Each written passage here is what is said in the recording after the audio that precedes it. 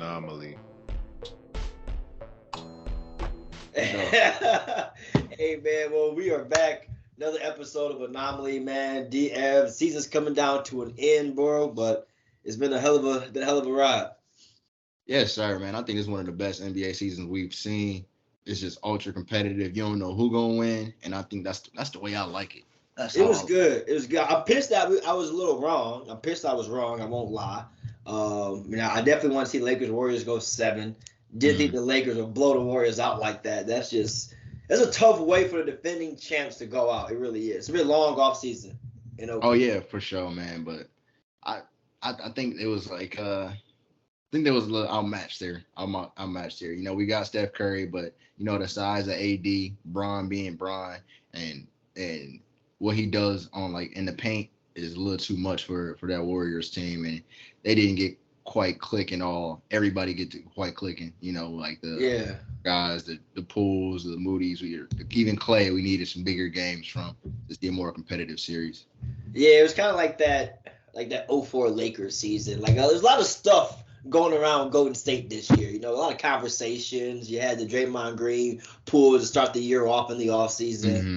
You had the Clay. Is he going to fit in? All this stuff going on. Andrew Wiggins missed what 30 something games with an Yeah. undisclosed reason. Still, you had Draymond and Poole. So a lot of stuff was just going on around that kind of that Golden State team. So I guess I'm not like super shocked that the Lakers pulled it out, but I just did not think they 40 piece them. Like I mean, basically 40 piece. I know it got close at the end, but like that game was never within doubt ever. Hey man, but like, are we like really surprised? I mean, we gotta get used to these blowouts at these game ending blowouts. I mean, these series ending blowouts. We've That's seen them with crazy. Phoenix twice, like these crazy Memphis blowouts. did it. Yeah, Memphis got Yeah, beat by 40. I can't. The last game, we got to show up and we lose about 40. yeah, I mean, we gotta come out of here and at least lose by 10. Keep it close. or make it a little bit more competitive. Man, 40, that's a long off season to have a 40-point loss on your head. You know, that's a long journey. Then I thought New York was gonna come back. I should not bet against Jimmy Butler ever again. That's what I Uh, learned. That's what I learned. Oh man, that's you were right. I think you said it went another game. No, it did go another game. They Yeah, closed. did go one more.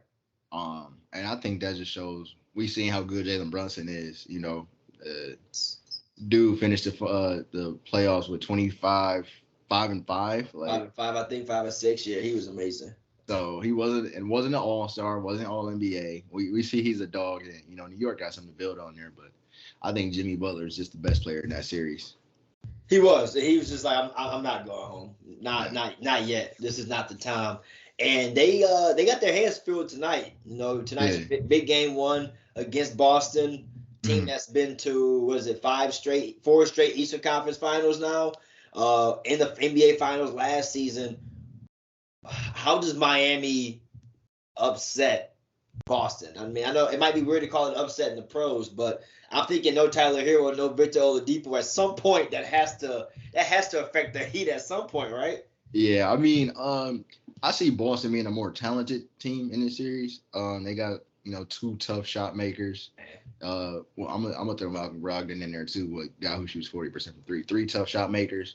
Um, and Miami's main scoring option has been Jimmy. You know, you mentioned Tyler Hero being out, and I think for them they're just gonna try to will their way there. You know, it's not gonna look pretty. They're gonna get the 50-50 balls, the loose balls. Yeah. Uh, the tie ups. I think they're just gonna try to will their way to this finals. Yeah, just really muck it up to be honest, because like Tyler's what 20 points almost in scoring a game. While Victor hasn't had an amazing season, he still add another scorer off the bench. It's just a lot of points to make up for, like you said. You're gonna need some big games, I think, out of a guy like Kyle Lowry, an old vet, been here before. They talk about how he's an NBA champion, a great leader. This is one of those series that like, all right, let's see what you still got, Kyle. I know you're an older vet now, but this is a big game, big Yeah, series. I'd agree. Kyle Lowry. Obviously, Jimmy's got to be the best version of himself. Yeah, And I think we need to see something from Bam. I think last year Al Horford did a great job on Bam, and kind of like nullified, his offensive production. You know, he's a primarily defensive player. So I think we got to see some type of offensive play from Bam, whether that's passing the ball, whether Yeah. that getting putbacks or just actually scoring the basketball. We got a rematch from 2019 on both sides, so that kind of led right into my next statement there. Last year we did, like you said, Miami struggled with Bam there, and I also they actually did decent at guarding in comparison to JB and Tatum combo, and as good as one can do. But Miami's gonna have the hands full, for lack of better words, I think, dealing with Jason Tatum this series. And JB seems to have like this gigantic chip on his shoulder, like he's been left over and picked over too, and he's been a beast, and I'm a little worried about that. I want this series to go 6. It was like 7, but man, I can feel 5 too. Like I wouldn't, but the 5 is disrespectful to Hemi Butler. That's why I'm not. That's why I'm not gonna call 5, because Jenny puts too much work in the offseason for it to be 5. Yeah, I'm still rolling with Miami, and I'm rolling. I did this last year. I think I'm gonna just roll with Miami till the wheels fall off. Like you might think Jimmy Butler my cousin or something. But, He's my cousin. I think they just gonna, work. I think they're just gonna game plan well. And Tatum's gonna get his 25, Brown gonna get his 20, whatever's gonna happen. But I think they're just really gonna dig and find a way to win. I don't think it makes sense on paper who Boston's the clear cut favorite on paper, but I think Miami finds a way to win. Probably keep the game a low scoring game. If they keep it like sub 105. Yeah. If it's sub 105, I think Miami's got a chance. Those are all. But if we're getting into 125s, 130 numbers, I don't. Miami doesn't have that. I don't think Miami got enough ammo for that. Yeah, I think that makes it tough. That's the issue. And in this series, I like to see guys like a guy like Marcus Smart, how he plays this series. I think he's a big X factor for the Celtics right now. He's shooting the ball well. Getting up 50-50 balls, playing good defense. I think he's going to be really interesting person to watch this series. I was going to say key players for sure. I'm thinking maybe Al Horford. You mentioned him. People think he's old and washed up. He's a very underrated defender, I guess. I thought he was like a known great defender, but I've recently, I guess, learned he's an underrated defender because no one knew. But I think the Al Horford Bam Adebayo matchup is going to be extremely important in this series here. I can see Miami game planning to give Horford a couple of open jumpers, despite him being one of the best 3-point shooters in the NBA as a big. You just got to pick your poison with Boston. Right. And I could see him and Marcus Smart, like you said, kind of being those guys that, all right, Miami's going to make some shots on us. Mm-hmm. I would have to agree. I agree with the Al Horford thing. Everybody keeps calling him old. He's doing a good job. You just seen he did a good job on MVP. Against the MVP series. So just go tell him watch more basketball games. Yeah, I don't know where it's coming from. I really don't. I thought it was like a known thing that Horford was a stud defensive player. Yeah, he's been doing a great job. Malcolm Brogdon been shooting it well off the bench. Curious because you're gonna every series you're gonna have that one role player who has a great series. Like that's his series. I think the first round it was Derek White. So I'm interested to see who's gonna be the role players to step up. I think for Miami, that guy's gonna have to be Duncan Robinson. I think his ability to space the floor. I think he has a chance to, he gets hot quick. And I think a guy like him adding 20 points unexpectedly to, whatever Jimmy throws in is huge. Who do you kind of think for Boston is going to be, a key factor in them pulling off this Miami in 7 series that you got? For Boston or Miami? For Miami. For Miami, I like an underrated guy in Caleb Martin. I think he's gonna be a physical guy. He's gonna go get some rebounds. He's gonna hit an open jumper or two, crash the offensive glass. I think he's gonna be real key in bringing that effort to the game and making it a little bit more ugly and for Miami's sake. So you got Miami in 7. I think I gotta go with Boston in 6. Over to the Western Conference, also a rematch from the bubbles. The Denver Nuggets, interesting enough, have only been to the conference finals now the 3rd time. They played the Lakers every single time, and they've obviously lost every time. And both times the Lakers have played them, they've went on to win the NBA title. Kobe and Paul Gasol, and then the bubble, of course. I think this could be the third time this happens again. I think if the Lakers win this series, they should win the NBA title. I would pick the Lakers to win this series, but I'm still rocking with Miami. Grudge match. You go with Miami really till the wheels fall off. I really am. I really am. I'm gonna just go with the man on the mission. But yeah, with that series, I got the Lakers. Jokic is doing a great job of being the offense for sure, and I think that's gonna be tough to figure out. For real. But I think the Lakers got the size to match up and muck the game up a little bit.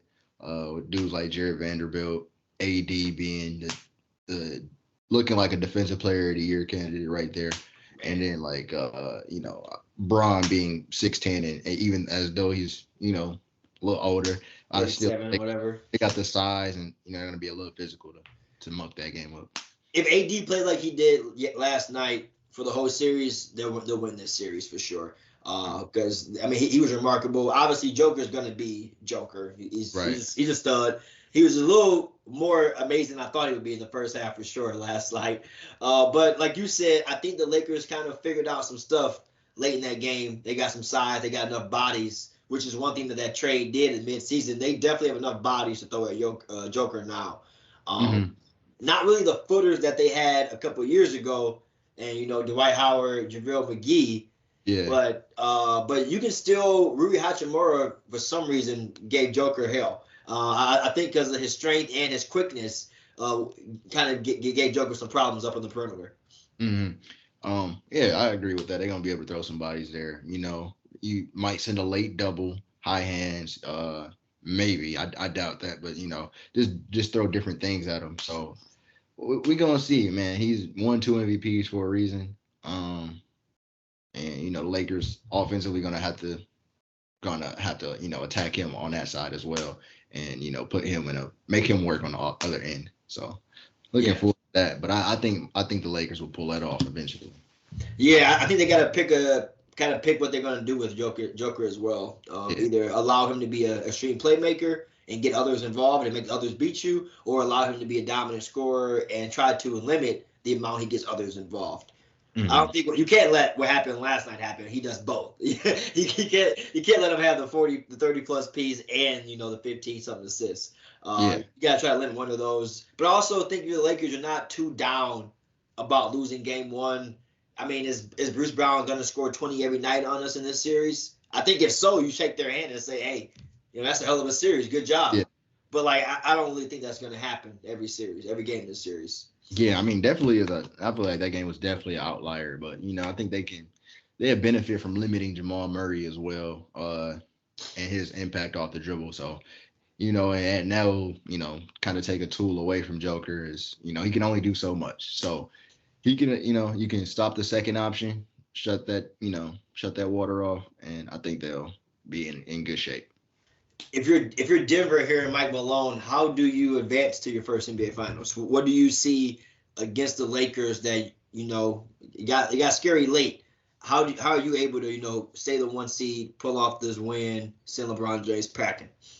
Oh man, I feel like they've been playing so well. I feel like you kind of do what you've been doing. Like they've been running everything through Jokic. You got Aaron Gordon, who's playing good basketball, being physical on one end. What a solid pickup he was. Michael Porter, he's going to shoot it every time he touch it, and he's shooting 40 from 3. So I think you got your role players doing a good job. I don't know what more you could ask for, really. I think, guys like a guy like Jamal Murray has to be consistent. Yeah, of course. That's the biggest thing. He has to be consistent, or you have to get somebody to come off the bench to give you a consistent scoring off the dribble. But other than that, I think you keep doing what you're doing. Yeah, I agree on that. Jamal Murray is definitely vital in them making the NBA Finals run for sure. He looks to be close to where he was, a couple years back. I think defensively they gotta limit. I think the others for the Lakers. I think the others on the Lakers is what makes those guys go. Like you said, LeBron's getting in his older years, and while he still got it, I think he gets so much energy when he sees like Austin Reeves and these guys start knocking down jumpers and the Troy Browns and the Lonnie Walkers. Like that's what usually gets this Laker team going on the defensive end. So I think Yeah. if you're Denver, if you can kind of slow down those other guys hitting those timely big shots, I think that can probably be a way that they pull off the dub this series. But you know me, it's Laker Nation over here. It's Yeah, Laker Nation. I eventually see the Lakers pulling it off. You spoke to Austin Reeves, earning himself some money as well. Man. So he's been great these playoffs. So the others, they're trying to get paid. They're showing up. They are showing up for sure. D'Angelo Russell struggled game one, but I mean he's a hooper. I expect him to bounce back. Like you said, the matchup is there at that center position, AD and Joker. And if AD is at least up to or at least right below what Joker does every night, the Lakers got a chance. I just don't think AD can get like dominated any night. Yeah. He can't get dominated. He can't have any 8-point games. None of that. Yeah, I'd agree. Agree. No 8 and 10s. I don't think they can win that way. No. He needs 25, 30 a night. So you got Lakers at 7. Is it Lakers at 7, Miami at 7? Yep. So Lakers 7, Miami. Complete rematch of the bubble, and then you got the grudge match. You got Jimmy Butler getting him an NBA title. Man, I'd probably cry if Jimmy got a title. And that would be so amazing, dog. And that'd be crazy if Jimmy get a title. That might be if it was a fifth, we'd all be drunk. But I think that'd be probably one of the best title runs we'd ever see. Yeah, that'd be like a great moment for sports. Yeah. For all the sports to see that. Yeah. And props to you for rolling with the 8 seed all the way through. They 2 rounds deep, so now you gotta stay with them. Oh yeah, for sure. We locked in. You gotta stay locked in. Now, if you pick anybody else, you just a bandwagon fan. You the opposite. What's the opposite of a bandwagon? I don't know. You jumped off the train when they got hot. That'd be crazy. I'm playing a hunch. Yeah, that's crazy, man. We got a big game tonight. Who do you think takes the first game of the series in the East tonight, though? Ooh, in Boston.